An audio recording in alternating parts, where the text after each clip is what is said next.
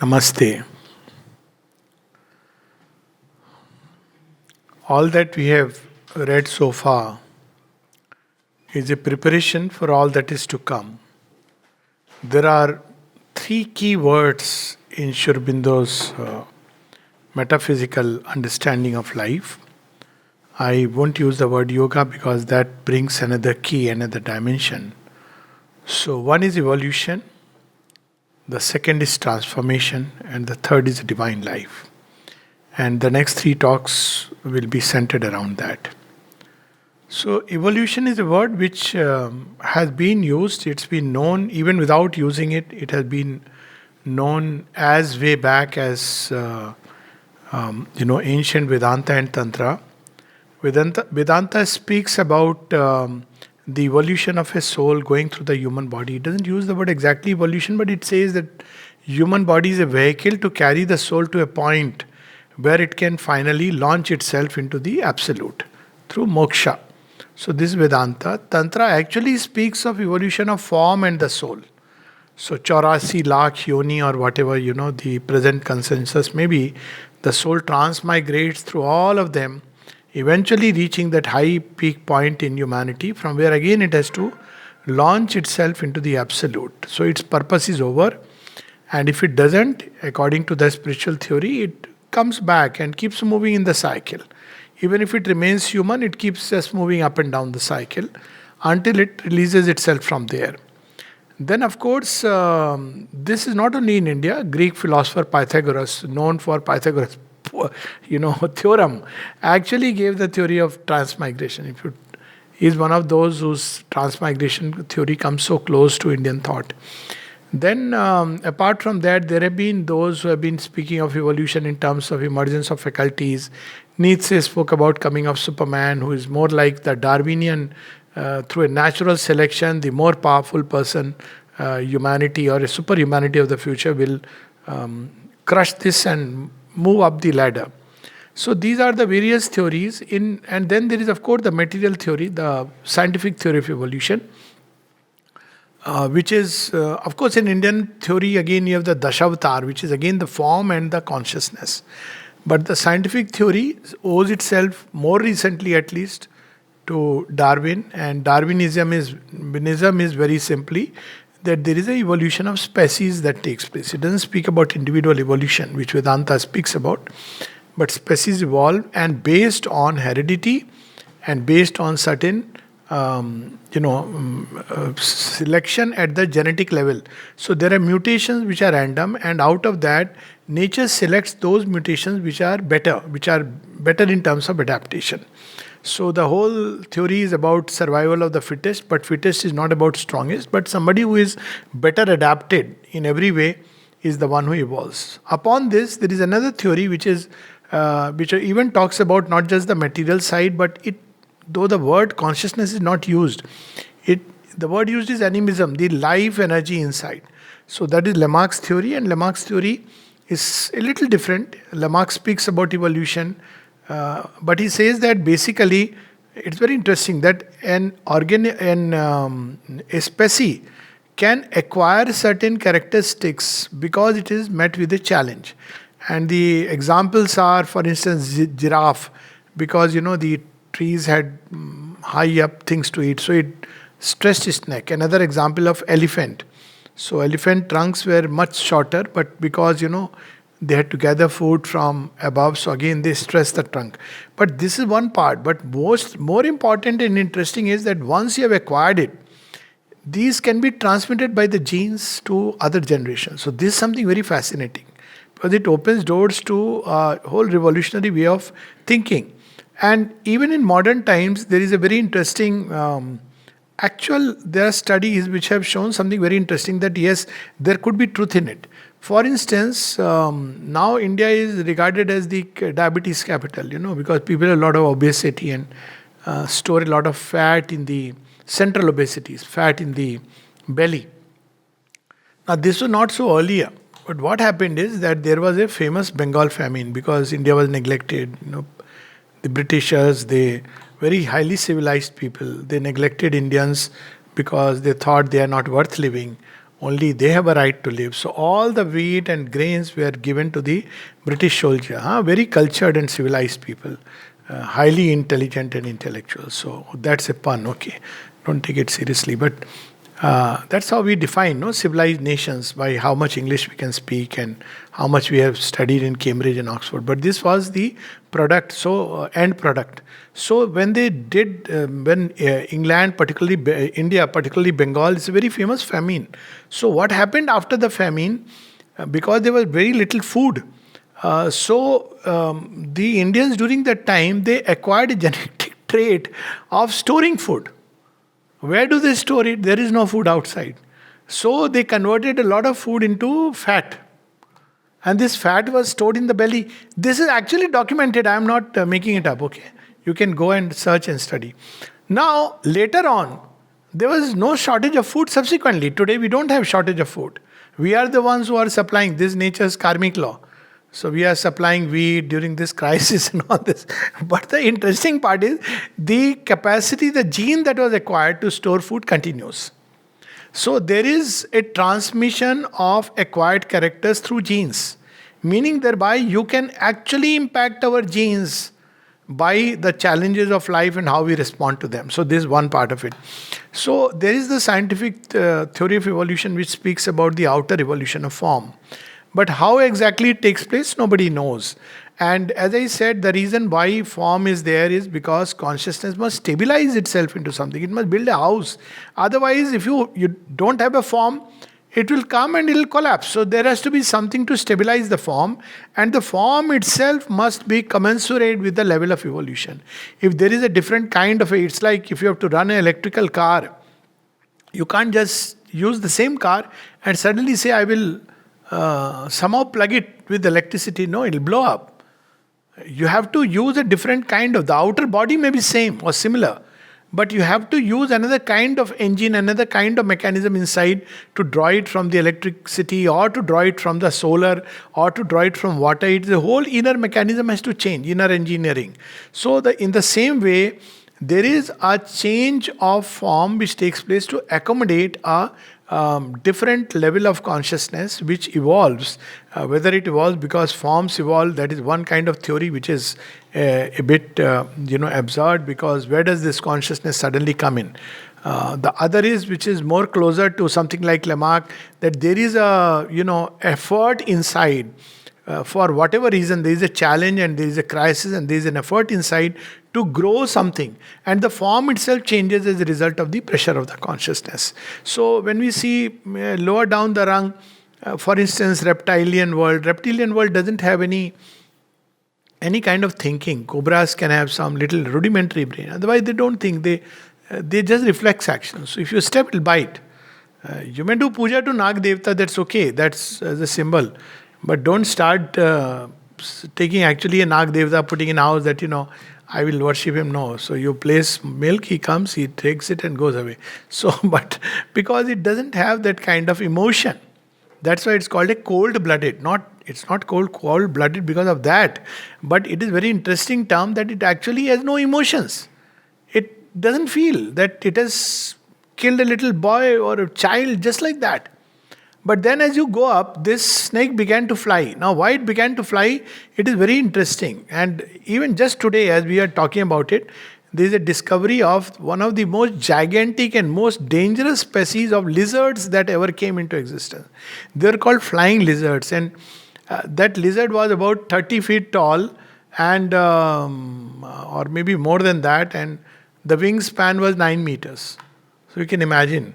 And it was like a, Tyrannosaurus, it really Tyrannosaurus. And imagine flying and preying upon.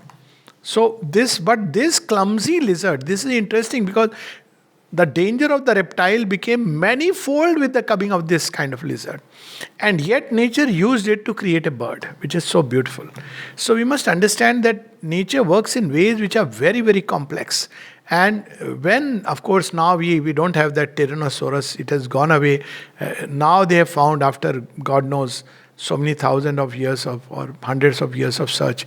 But otherwise, there have been many such species which were very odd and they have gone away. This is bearing on what we are going to talk about. And then eventually, of course, now we have the birds, and these birds have, people the sky. And even birds, you will not find so much of emotion in it.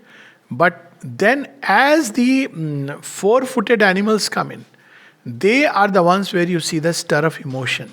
So you will see that dogs can get attached, elephants, horses. There's so many stories. Horses can actually weep. They can feel your pain. They can actually come and try to. Even cats can take upon themselves your problems and issues. Dogs are faithful creatures. And then comes the thinking man. So this is the story so far. But something interesting happens with the advent of man. That's what Sri Aurobindo is speaking about, evolution and man. So what happens with man, that now more than the form, there is the evolution takes place within the same form of humanity. Of course, there are differences in terms of color of complexion of skin, but basic pattern is the same. Of course, you can make your hairs nowadays, color it gray, blue, black, white, curl it or make it flowing, but basic pattern is the same. It's a little improvisation upon the animal body. But the interesting part of this form of human being is that now evolution takes place without a change of form and evolution of consciousness. The proof is very simple. If you look into humanity, there are at least 9 layers of humanity. And early humanity, which was very close to animal kind, it's known that there are still now in very primitive humanity whose relics continue to persist. I mean, they actually exist, where even they are cannibals. They eat human beings. It's not they don't kill and eat, but if somebody dies, restaurants where it's out. There was a story about Nigeria where a human brain, it was a delicacy, so they still eat, and it in fact leads to a disease. So it's a documented thing. But from there we have come to a range of humanity where human beings study the brain. Look at the difference, big difference. So within human same form, there is an evolution taking place, and that is an evolution of consciousness. And if you look at the Dashavatara story, till Vamana, the form is changing. After Vamana, the form is the same, but the consciousness is changing. And that's why the importance of rebirth. Because for consciousness to change without a change of form, we need to have some way or the other, the soul must take up new bodies. And that's why in human beings, why this individual soul comes in. Another evidence is that while in animal world, you have fixation to a species. Try whatever you may do. Tiger will not turn vegetarian. It will remain a non-vegetarian. You may give vegetarian food all the life. The day he gets an opportunity, he will have a natural flair for non-veg food. Similarly, try whatever you may, you cannot turn an elephant into a non-vegetarian. But in human beings, there is such switch-off, such changes, such different patterns. There is a lot of individuality that develops, and the more a human being evolves, he begins to become more and more individualized, which is another sign that the individual soul has reached a point where it can start expressing itself as an individual unit of the divine. Though outwardly it is still the shell of the ego. But this individualization itself is a sign. From the point of view of yoga, it's a first necessity to become an individual before we can surrender. So this individuality where we have our own thoughts, we decide, we make choices, is characteristically human. And this is also because in the mind itself, there is a long range, unlike the vital energy. In vital also you see from the first cellular organism till man. What a journey to more and more complex form. But human being, because mind is inherently complex, they are built with extreme degree of complexity and richness. And this complexity of details has led to, manifesting art, poetry, music, literature, science, various kinds, 64 Vidyas as it is called. So we see the evolution is taking a very different route. Still, a question may be raised, objection may be raised that, well, all that is fine. How does it prove that there may be a spiritual evolution? After all, it may stop with man. Man is fixed to his type like other species are fixed to their type. So man also may be fixed to his type. His only ultimate possibility is escape from this whole cycle. This is how it is explained. To this objection, there are several answers. One of them is that, man is, his type itself demands exceeding himself. See, the There is this tendency. He is created by nature for self-exceeding. We may not use the word evolution, but we use the word education. So within us, there is this urge to exceed and exceed. First, we try to explore outer boundaries. When we try to explore inner boundaries, this is given to man. And if this is only to escape, then we see also in man a contrary tendency wherein he simultaneously discovers the riches of the spirit of the higher regions and wants to bring it down to earth and create a better society, the ideal of Ramarajya and kingdom of heaven upon earth, bring some ideal ethic, dharma. So there is in man both these tendencies. These are the first signs. Are these because of just because the form of man can allow it? Well, to that kind of a injunction, the answer can be very simple. That if you really look at the way this evolution takes place in human beings, that it is the same form, but within it there are some spiritual impulses. Now, this answer, whether it's form or whether it's consciousness, can be answered by taking an example of electricity. So, if you observe electricity, before somebody thought about using it and now lighting up the world, how was it found? It was found in the lightnings of the skies. So, a crude thinker would have said, oh, electricity is created by the coming together of wet clouds, heavily laden, burdened clouds. Under certain conditions, they create this. But is it true? A deeper thinker discovers electricity is a principle in creation. There are electrical energies which are there even in atom. But there is a certain condition in which it manifests. Now, once you understand it, then the same process, once you know it's a principle in creation, you can actually create conditions, use things, make wires through which it can express itself. So, form is only an instrument and a vehicle, not the originator. So, all this begins to converge on this idea that Sri Aurobindo is putting forward, that, well, the next evolution is not finished with man. He is Mahavakya. Just like all life is yoga, man is a transitional being. And there are several evidences to that. One of them is, unlike animals, man is not fixed to a particular type. He is all the time seeking something. As if, something is missing in his life. And even if everything is there, he is still seeking. He is an incorrigible seeker. He's somebody who is all the time trying out, experimenting, unlike the animals. You tell a lion, would you like to study human nature and be more careful? Animals say, no, I am driven by instinct, I am fine. You ask the gods, do you want to know the supreme? They'll say, no, I am the supreme. Or they may say, if they are some humble god, they'll say, well, I get the energy needed from the supreme and I act according to it. I don't want to know anything more. I am happy in my splendors. And animal will say, I am happy with my food. But man is an incorrigible seeker. So this itself is a sign that man is meant to evolve. Evolution is not finished. Of course, the idea that Sachidananda finished man itself is absurd, but to that people say that cosmos has nothing to do with absolute. It is nature creating things. So one has to understand that our idea of perfection would not be there. Imperfection is the perfect. So that's a way of looking at things. But Sri Aurobindo says that no, the divine is not just the absolute who is beyond the cosmos. He manifests in the cosmos and he manifests in the individual. So there are the triple terms of his manifestation, that supreme consciousness has gone into inconscience from where it is emerging, first through different species which are like steps of the Shakti. With man, it takes a more powerful means of evolution by evolving within itself through the psychic entity, and that evolution is yet not over.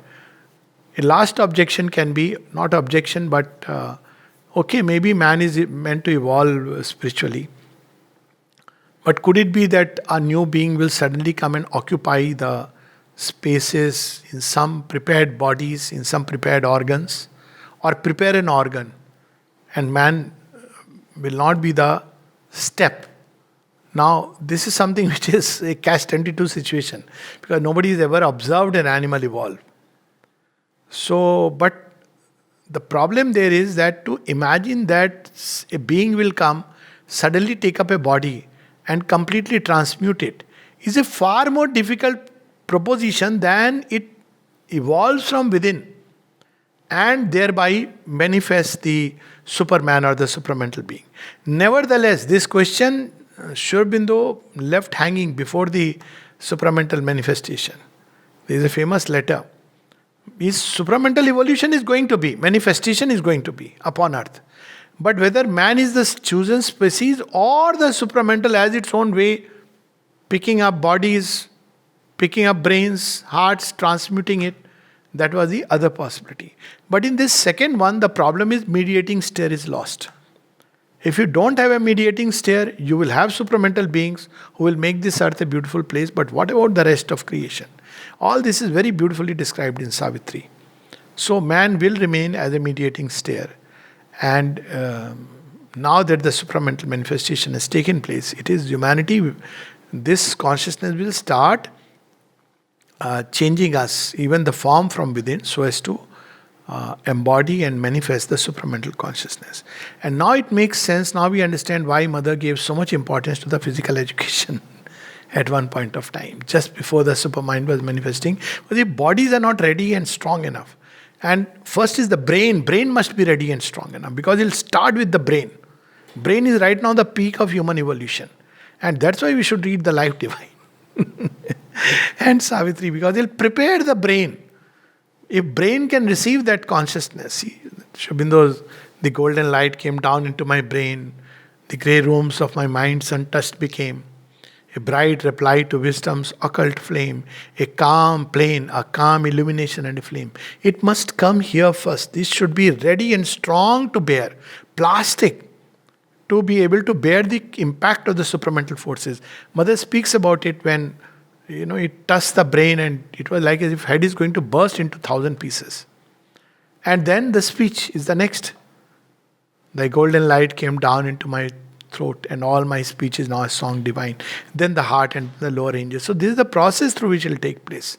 So there is both ways. There is the human consciousness ascending upward, which we see through light, life and love, Sri Aurobindo's symbol, and the divine grace descending down, and together they meet at a point and create the supramental creation. So within human beings, it is the will and faith which must help this ascension. And then there is the response of the grace, and where the two meet perfectly, there comes the supramental manifestation. So both sides are required. So there is an evolution. One is that the form and consciousness are evolving from within.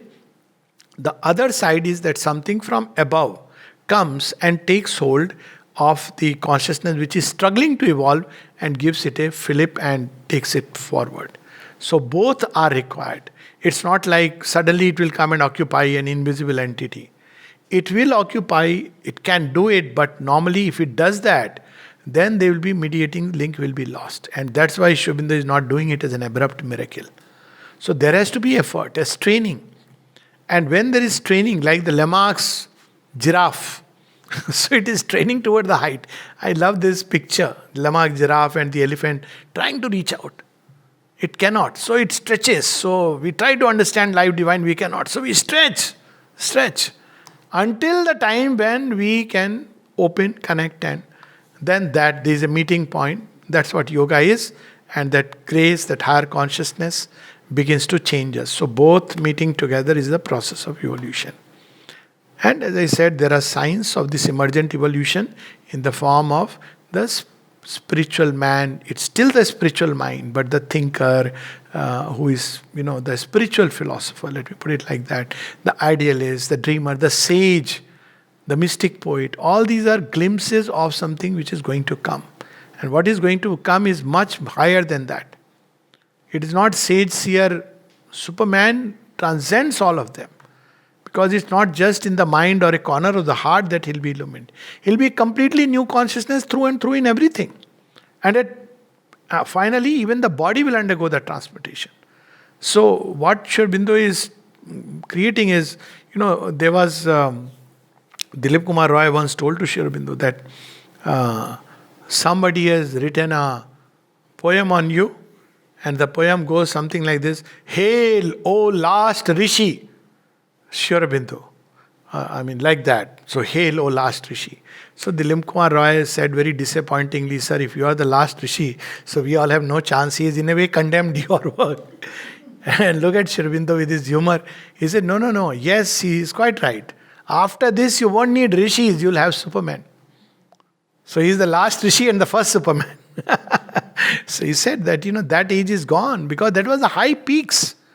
And it rose, it came down because it couldn't take a leap. So we see those mighty forefathers, rishis in Vedic age. But then the leap could not take place. So it came down the curve. But again, the human mind has become much more rich and complex, which was necessary. And now it is so vast and supple to receive that higher consciousness, which requires that kind of, vastness at every level. The body itself has gone through many, many experiences, layers. So now when it rises, there have been several rise and falls, and we have touched that fall. And now when it rises, it's like going beyond whatever has ever been created. So the spiritual evolution is not about creating the sage, the seer, the saint, which are wonderful, exceptional flowers of the age we will leave behind us. But it is the creation of the Superman and the supramental being. So all this Sri Aurobindo speaks about, and then yes, the famous objection in the next chapter, spiritual evolution. He says that people will say, oh, this sounds very fantastic. And then he starts this chapter with a very interesting example. He says, if there was a witness ever present at the beginning of creation, and he asked God, what are you up to?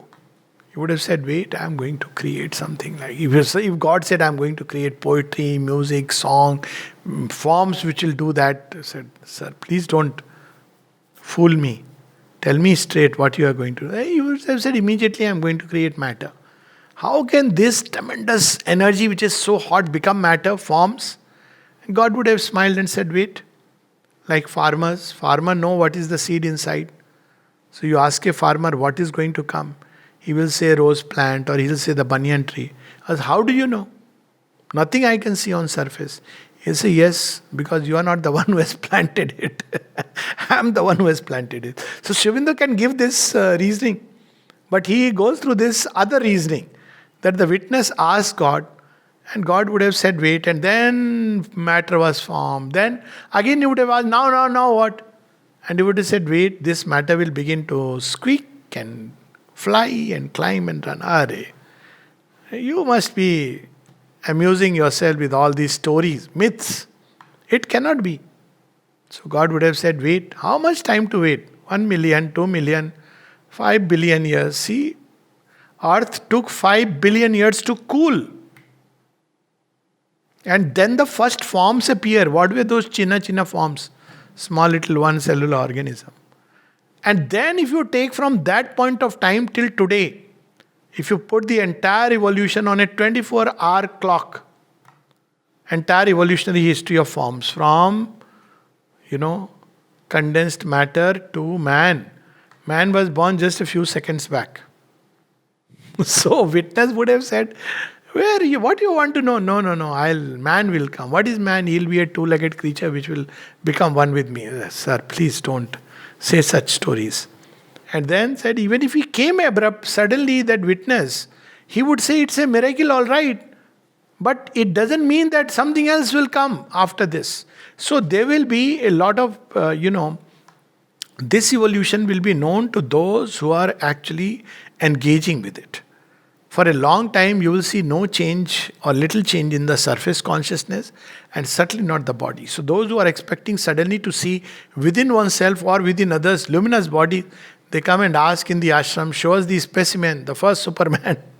First Superman may be next to you.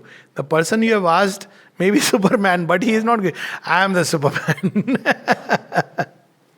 Because you won't see. In his surface consciousness, he may even, like Durvasa said, don't ask nonsensical question. Go away from me. Because the outer consciousness is the last to change. The change begins from within outward and from above downwards. And then, of course, there is a response within matter. A lot of things are going on within matter, leading to abnormal phenomena, disease, and all kinds of things. But that is for later. That we'll talk about in the next next 2 days. So, but what has nature used in man to open the doors to this spiritual evolution? Because spiritual evolution is spiritual is spiritual. It is not high intellectuality. It is not emotional fervor. It's not black and white magic.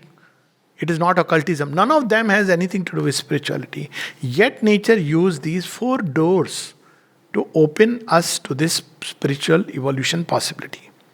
And these four doors are religion, which has opened the door of the heart to something which is beyond. Then there is occultism, where the life energy of man seeking for understanding, and the mind seeking to understand the invisible forces behind this tangible universe. What makes me speak the way I do? What makes me think? What makes me feel? Can I use these energies for good or worse? That is occultism, the whole field about the play of forces. And then the third door is spiritual philosophy. You want to understand this world, creation, creator, and the thinking mind stretches itself and builds a whole philosophy. And the fourth door is spiritual experience and realization. These are the fourth doors through which nature has striven to create spiritual man, to at least open doors. But actually, in a certain sense, they are all combined. Every religion has an occult side, rites, rituals, very occult things, gods, goddesses. But religion also had a tendency to discard occult and say only the divine I'll pray. So it has. Again, every religion has its own metaphysics, kind of a theosophy, where theology, where you understand based on the religious belief and build a whole system of philosophy. So there is a spiritual philosophy. And every religion experiences God in a certain sense. It may be a feeling in the heart. It may be suddenly a divine intervention that one has felt. So it opens. Similarly, every occultism had all these sides. In occultism, when they started studying invisible forces, they came in contact with gods, goddesses, even demonic energies, because then you are invisible world of forces. So when they came in contact with the forces, though they could never understand it fully in terms of their origin, but this is a big subject, I'll not go into it. It's a whole wonderful subject. There is a kind of occultism we all practice. For instance, whenever we think good of somebody, basically I am sending thought energy towards that person, and it impacts. Because the subliminal is not close like us, we may be very far, and when we think good of someone, this energy goes. Now, if this energy is combined with a very powerful will and a feeling in the heart, then it can reach much faster. But equally, one can harm others through this process. To this, if you add certain sound symbols, dark incantations, to this you can actually add the involvement of dark deities.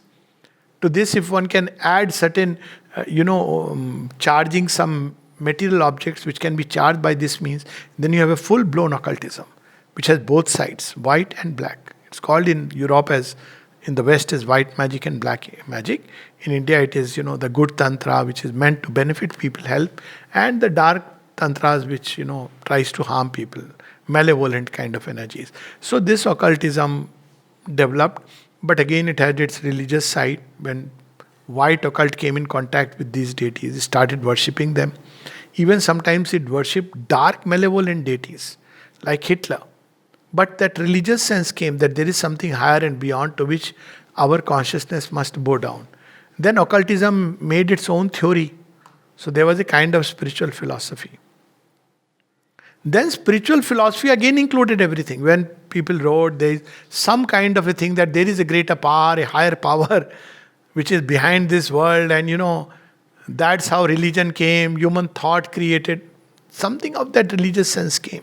And that understanding that this power comes in various ways, it entered through the door of science. Science itself is a kind of occultism, and Sri Aurobindo says that in occultism, you have these two poles everywhere, these two poles. There is the spiritual, there is the mid-worlds, which is the domain of occult. Occult is not spiritual, but mid-domains, powers of mind, life, and other energies. And there is the material. So they act upon material processes by these energies. They have learned the art. So what does science do? Science manipulates the material end. People often ask me, how do drugs control schizophrenia if it is a possession?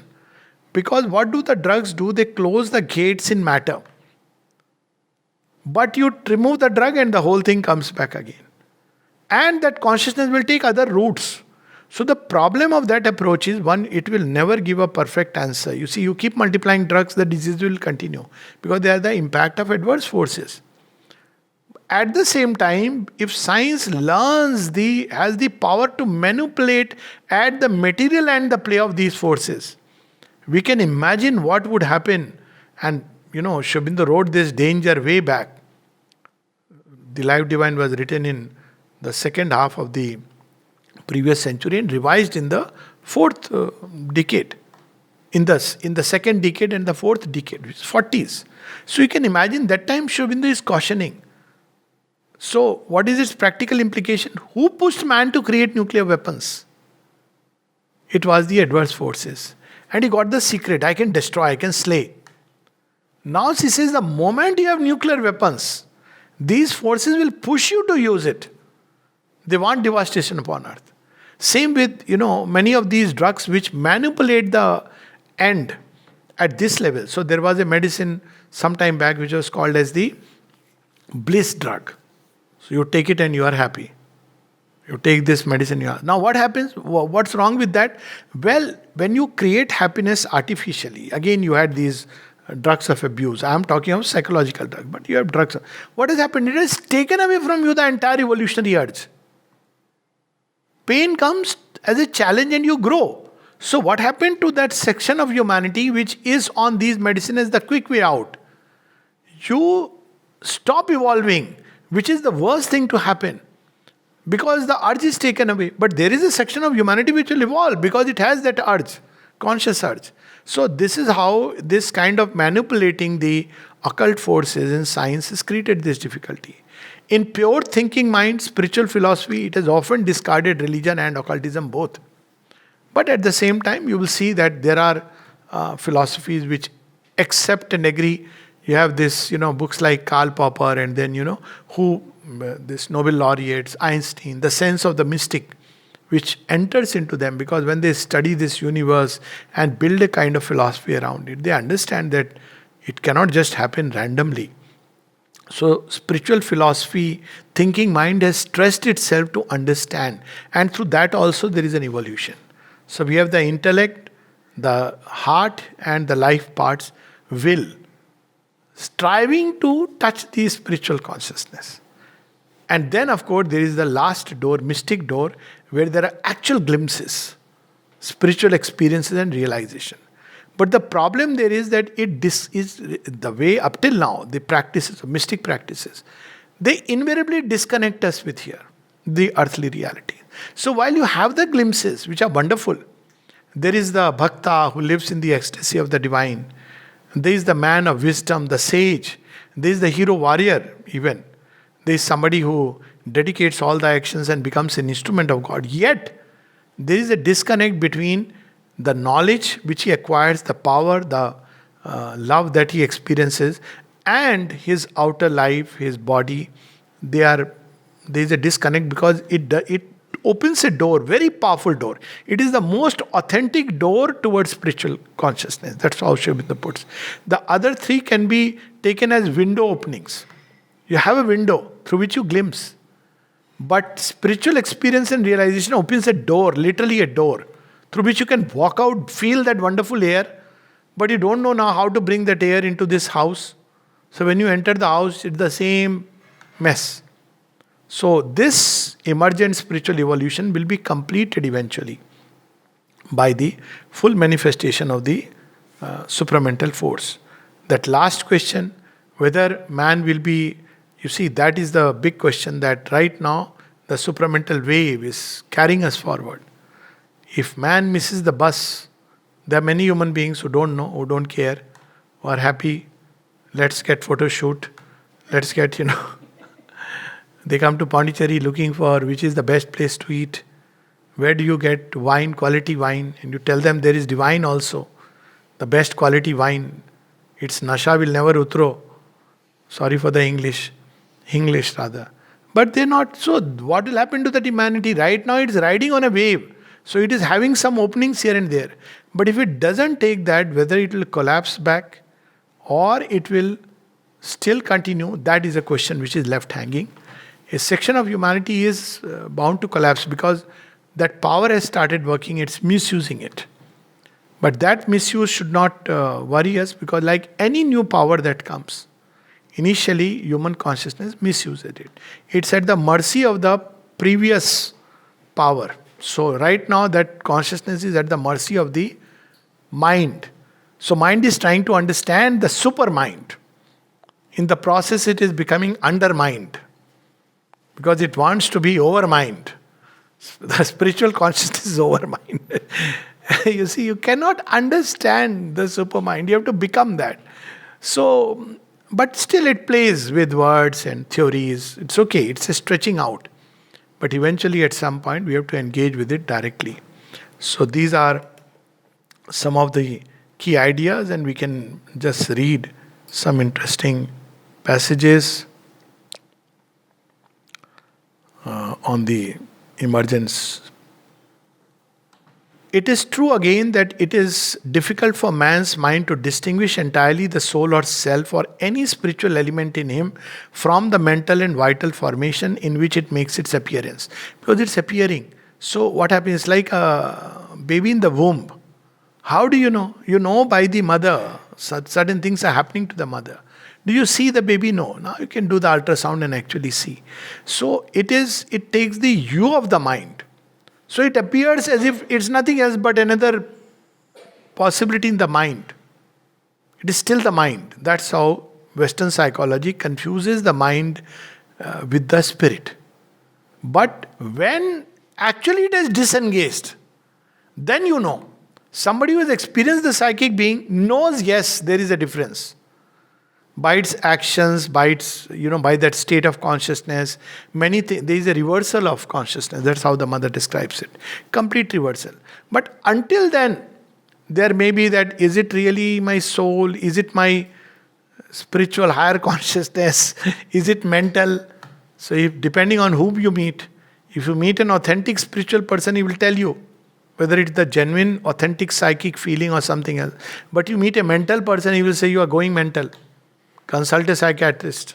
All these are not, So, so initially it appears like that. But that is only so long as the emergence is not complete. When mother was asked that how to know that, the psychic being has emerged, she says, when you have it, you will know it. If you are asking the question, means it has not yet taken place. So it disengages. Then you know it's a completely new thing. You are separate from the entire field of nature. It's distinct from the mind and its operations. That's why I often tell people, for example, people say, Arey, spirituality is another kind of nasha. People take drinks, take alcohol to be happy. Others go to God to be happy. I said, excuse me, I have taken both, so I can tell the difference. But have you tried both? If not, then you don't have the right to tell. Somebody who has tasted wine and the divine knows the difference. But somebody who has only tasted wine but not the divine will say it is the same because it's happiness. It's a word we are using. The divine love is very different from anything that we call as love. In fact, it's a qualitatively different thing. And even if somebody is not able to describe it, one will know the difference. So this is but in the beginning, evidently, there is then evidently a spiritual consciousness which is other than the mental, and it testifies to the existence of a spiritual being in us which is other than our surface mental personality. Mind is always struggling, it never has a certitude. He'll ask, is it like this, that? He'll use reason analysis, try to build up theories. But to the spiritual consciousness, things are self-evident. But at first, this consciousness may confine itself to a status of being separate from the action of our ignorant surface nature. So when it emerges, first we have the knowledge, but not the power to act. That is something very interesting. Limiting itself to knowledge. You understand what is what, but you can't change, you can't act. Because first is the knowledge aspect that emerges. That even in yoga, Sri Aurobindo says our aim is to arrive at the goal of the Tantra, but by the method of path of the Vedanta. That's why first we must discover the divine. gain that foothold of knowledge. Otherwise, if there is power without the knowledge, it can be devastating. For action, it may still depend upon the mental, vital bodily instruments, or it may allow them to act according to their own nature and itself remain satisfied with self experience and self knowledge, with an inner liberation and eventual freedom. But it may also and usually does exercise a certain authority, governance, influence on thought, life movement, physical action, a purifying, uplifting control, compelling them to move in a higher and purer truth of themselves, to obey or be an instrumentation of an influx of some diviner power, or a luminous direction which is not mental but spiritual, and can be recognized as having a certain divine character. The divine character is like an imperative command. It's like an influx, which is absolutely, as Sri Aurobindo says, when the mind is lit up with the flame of inspiration and intuition, there is no labor involved at all. So one can see that it is the breath of the spirit that has used the flesh. Otherwise, there is so much labor and so much of struggle, effort required. So one knows that it is not the mind. It is something else which has taken up. We have in Savitri beautiful description in Book 1, Canto 4, that what are the signals of eternity and how they can take hold and move our breath and speech and act. So this will be the first. The inspiration of a greater self or the command of the ruler of all being. These will be the first signs. The Ishvara or the nature may obey the psychic entity's intimations. Move in an inner light, follow an inner guidance. This is already a considerable evolution and amounts to a beginning at least of a psychic and spiritual transformation. But it is possible to go further, for the spiritual being, once inwardly liberated, can develop in mind the higher states of being that are its own natural atmosphere and bring down a supramental energy and action which are proper to the truth consciousness. The ordinary mental instrumentation, life instruments, physical instrumentation even could then be entirely transformed and become parts no longer of an ignorance, however much illumined, but of a supramental creation which would be the true action of a spiritual truth consciousness and knowledge.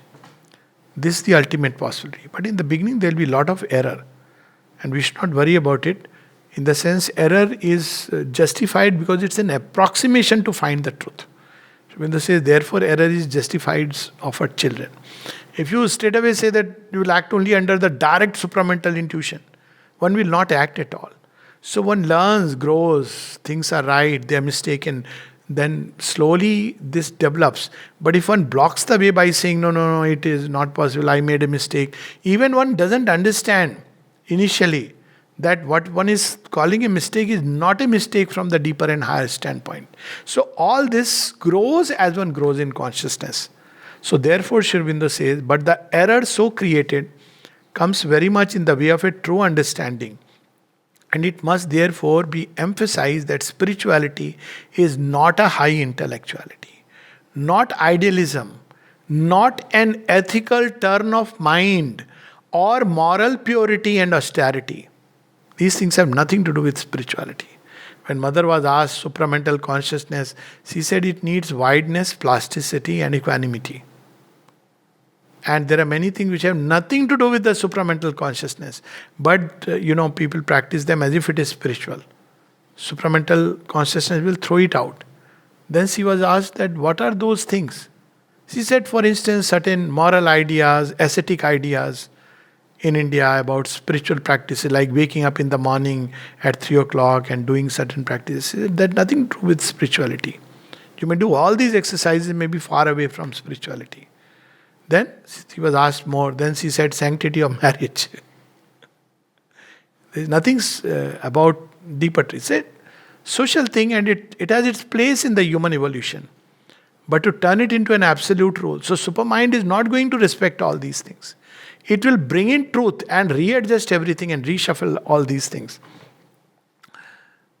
So not religiosity or an ardent and exalted emotional fervor. Religiosity, going to temple every day, keeping fasting on every Tuesday, Monday, or whatever day, or 40 days. All this has nothing to do with spirituality. It is a religiosity. It may or may not in some people open a door. Not even exalted emotional fervor, going to temple and doing all this, dhol baja. Every going to church on Sunday, you're as if, God is not amused by all this drama and show. And then you come out and look for a cigarette. That's not how the divine loves that little child who is inside and who is not looking at all these priests and everybody feeling amused and saying, hey God, I want to talk to you. That is far more dear. Aurobindo story, a dream is about that. That there is somebody who treats God like a real being and says, I am going to tie your hands and give you a nice thrashing.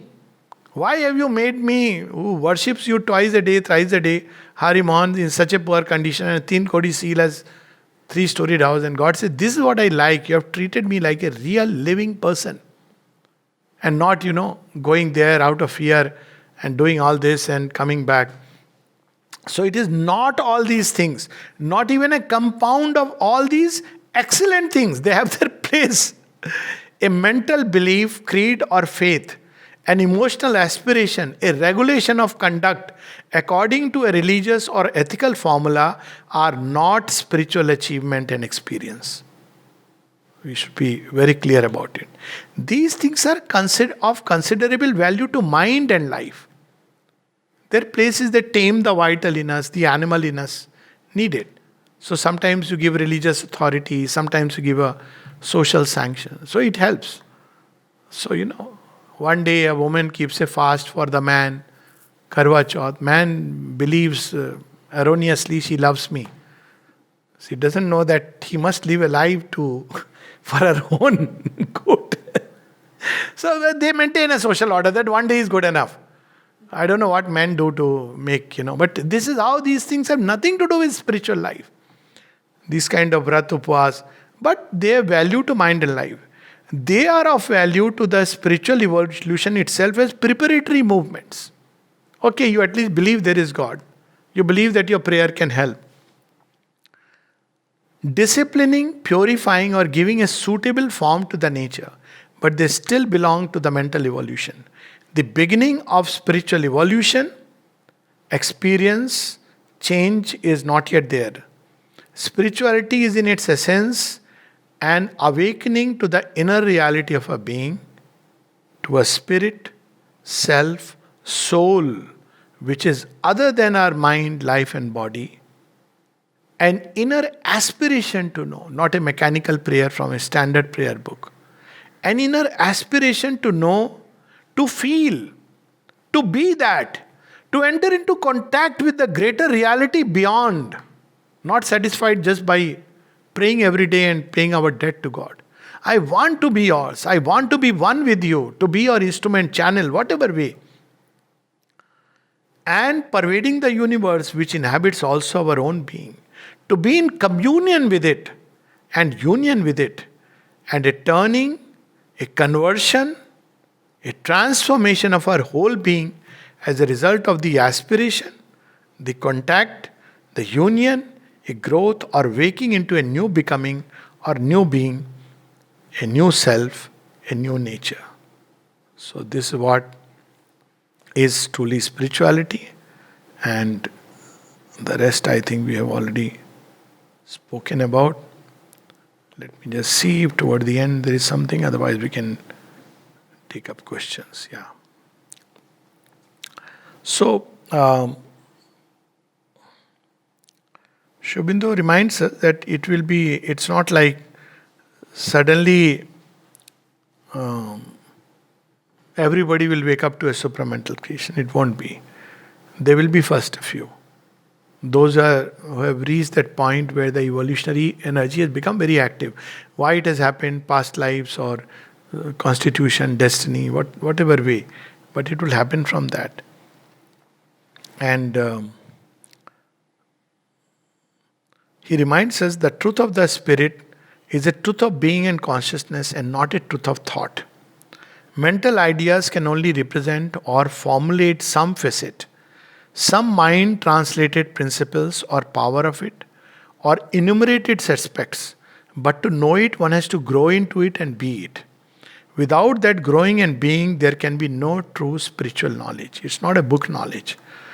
The fundamental truth of spiritual experience is one, its consciousness is one everywhere. It follows the same general lines and tendencies of awakening and growth into spiritual being. But also, there are, based on those imperatives, numberless possibilities of variation of experience and expression.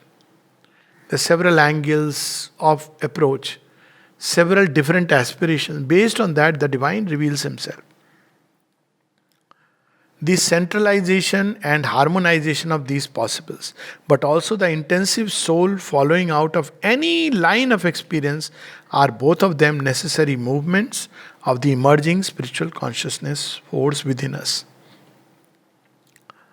And in the evolution of the spiritual man, there must necessarily be many stages. So, just like from the reptile to the bird, many stages which are wiped out. So there will be many intermediary species. All of are in this way, as the mother said, depending on one side, apprentice Superman, and on the other side, we are, beings of transition, neither here nor there. We have 1 foot here, 1 foot there. But this is inevitable in the course of evolution. In the evolution of the spiritual man, there must necessarily be many stages, and in each stage, a great variety of individual formations of the being, the consciousness, the life, the temperament, the ideas, the character. It's not like everybody will be same format. So when people come to look for a spiritual specimen, tell them that work in progress everywhere. And in each one you will see different type. Look at even those near the mother. Pavitrada, Champaklalji, close. See the difference between the two. Nirodha, third. Pranabda, Nalnida, Amrita. These 6 people who were just around the mother. And see the differences, marked differences in each one of them. It's a long subject. This is not the time to speak about. But see, each one in his own way, a mountain peak close to her, and she is close to them. Each doing her work in his own unique way. And yet they are. Again, you see the feminine, Vasudha Ben, Sahana Di, Huta Di, all, Temi Ben,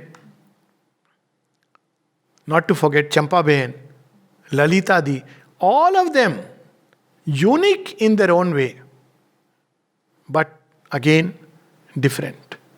So, the nature of instrumental mind and the necessity of dealing with the life it must of itself create an infinite variety according to the stage of development and the individuality of the seeker. There is no standard format. In fact, the more we enter into the domain of spirit, the more freedom and infinity there is.